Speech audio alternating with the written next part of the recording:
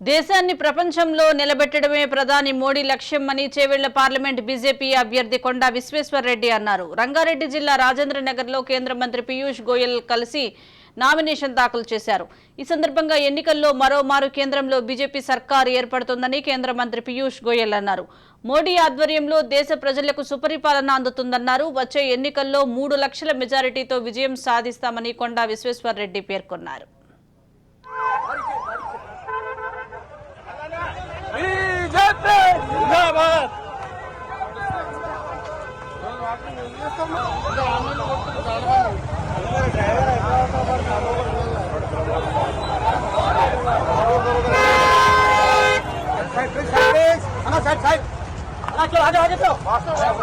अरे आना जरा मीडिया मीडिया 2 निमिषाలు ఆగరా